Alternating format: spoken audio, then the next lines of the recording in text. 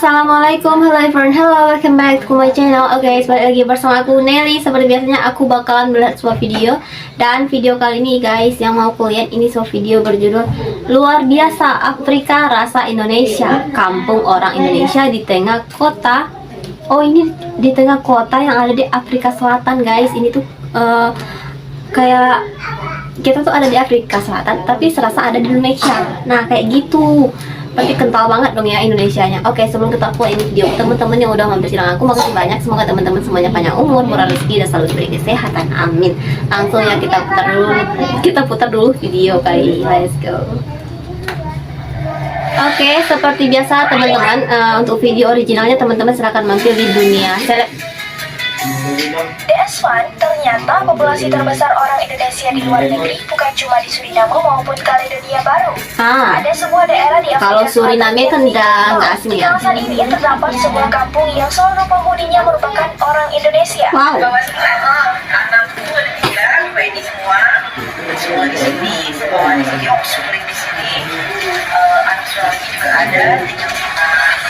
Sebelum kita menelusuri lebih lanjut bagaimana sejarah orang Indonesia bisa sampai kemari, kita bahas dulu tentang Cape Town, Afrika Selatan. Ya, Cape Cape Town adalah kota terbesar kedua yang terletak di Afrika Selatan. Wah, Kota ternyata ini termasuk terkenal kota dengan terbesar loh. pemandangannya yang memukau dan gaya hidup yang semarak. Cape Town merupakan pelabuhan besar di pinggir Samudra Atlantik dan menjadi ibu kota khusus legislatif, sedangkan Pretoria merupakan ibu kota eksekutif dan judikatif. Ibu kotanya adalah Bloemfontein. Salah satu fakta menarik Cape Town adalah kota ini sangat multikultural karena dijadikan sebagai tujuan utama para imigran dan ekspatriat untuk tinggal di Afrika Selatan. Kota ini dikembangkan oleh perusahaan India Timur Belanda pada abad ke-17. Ini bertujuan sebagai stasiun pasokan untuk memenuhi kebutuhan kapal-kapal Belanda yang berlayar ke timur jauh dan India. Cape Town tumbuh dengan cepat dan satu-satunya kota yang menjadi pusat budaya dan ekonomi utama koloni Belanda di Afrika Selatan. Cape Town adalah kota terbesar sekaligus dijuluki kota warna-warni di Afrika Selatan. koloni Di Belanda. kawasan Kokam inilah wajah-wajah orang Indonesia dan Mungkin bisa Melayu jadi bisa kamu jumpai. waktu penjajahan Belanda dulu mungkin dibawa kali ya orang Indonesia ke sana untuk kerja apa gitu ya. Jadi mereka gitu. Bakso. Kokam terletak di lereng Signal Hill Cave yang merupakan salah satu daerah pemukiman tertua di Cape Town. Menariknya, sebagian besar penghuni kampung ini adalah para imigran Melayu dan Indonesia. Kabarnya kawasan pemukiman ini menjadi bagian dari perjalanan sejarah kemerdekaan Indonesia. Bukan. Udah ngeh aku tadi. Indonesia bisa tinggal di sini. Berikut ulasannya. Gimana hasil dan kesan berada di sini, Mbak? Alhamdulillah, hanya bersama keluarga. Ada aja polusinya nggak kayak di Jakarta atau kota-kota besar lainnya. Tidak nyaman banget tinggal di Jakarta. Ini adalah hasil dari reklamasi pantai, sebagian dari kota Cape Town. Jadi di tempat itulah pertama kali dia melemparkan jangkarnya ikan Pasifik. Awal berdirinya Kampung Bokap. Kampung Bokap. Untung nggak kampung nyokap ya guys, untung bokap. Awal mula kehadiran orang Indonesia di Bokap karena dipengaruhi oleh kolonialisme Belanda. Bukan, dah yakin tadi tuh. Indonesia yang menempati kampung ini adalah para budak atau pekerja yang hendak dipekerjakan oleh Belanda. Mereka dibawa oleh penjajah Belanda pada tahun 1653 ke Afrika Selatan. Salah satu orang Indonesia yang dijadikan budak pertama oleh Belanda di Cape Town adalah Abraham van Batavia.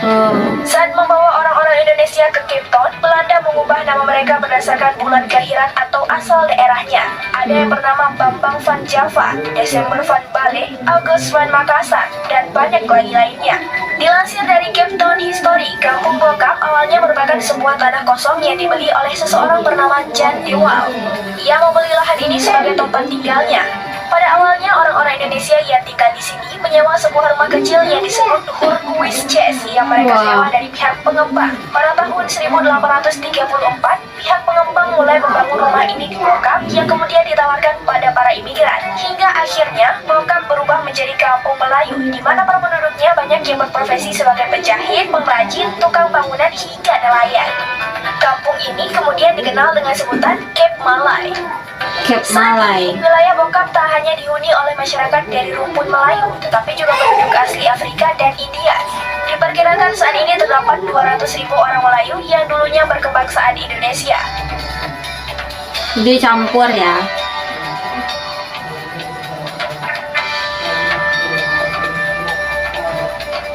Tapi kayaknya kotanya tuh seru ya.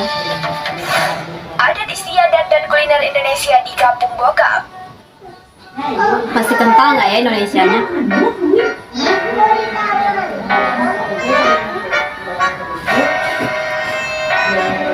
Uniknya, beberapa adat dan budaya asli Indonesia masih dipertahankan di kampung ini. Di antaranya dari segi makanan, di mana warganya kerap membuat sambal, kari, dan juga bubur.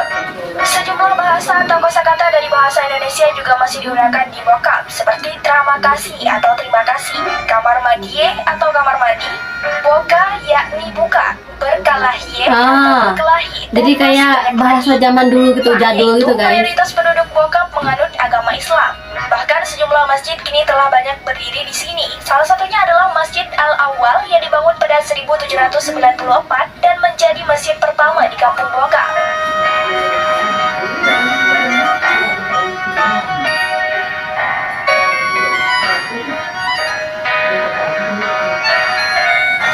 Keberadaan makam Imam Abdullah Qadi Abdus Salam.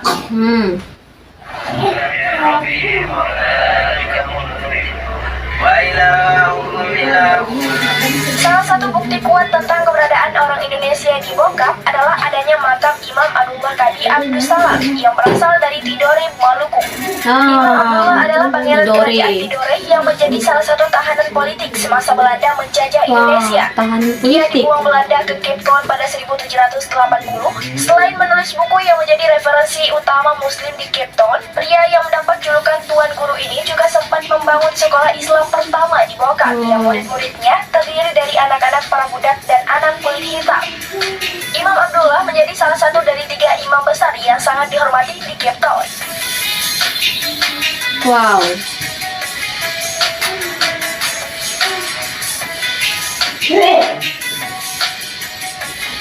Imam besar ternyata. Bokap, kampung warna-warni.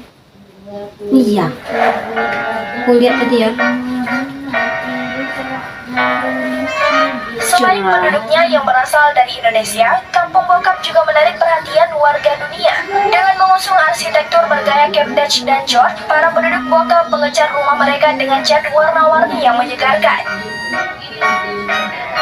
Bokap bahkan disebut-sebut sebagai salah satu tempat paling warna-warni di dunia.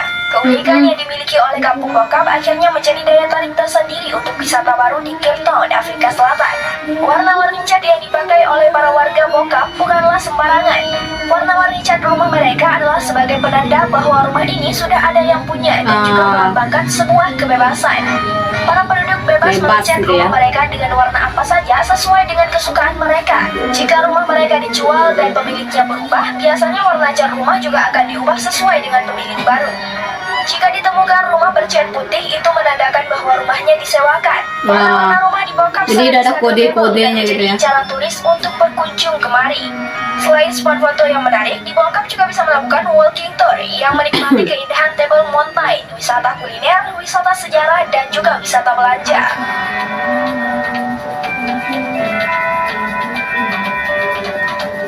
Wah, bener sih, keren banget sih. Jadi kayak kampung warna-warni, penuh warna ya.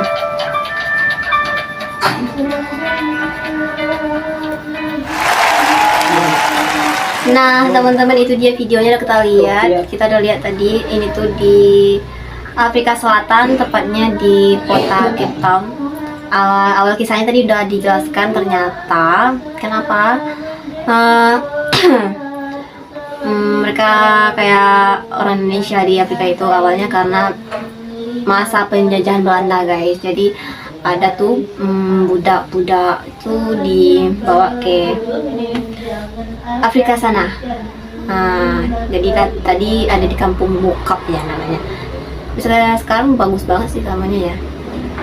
Bagus banget. Warna-warni, suka banget lihatnya. Mereka juga multikultural ya. Nggak cuman Indonesia Melayu, tapi tadi ada Cina pula, India katanya tadi ya. Nah teman-teman, mungkin kali ini kita cukupkan sekian dulu. Kita bisa jumpa lagi di next video. Don't forget to like, comment, share, and subscribe. Jangan lupa loncengnya diaktifkan juga. Oke, terima kasih. See you. Bye bye. Assalamualaikum.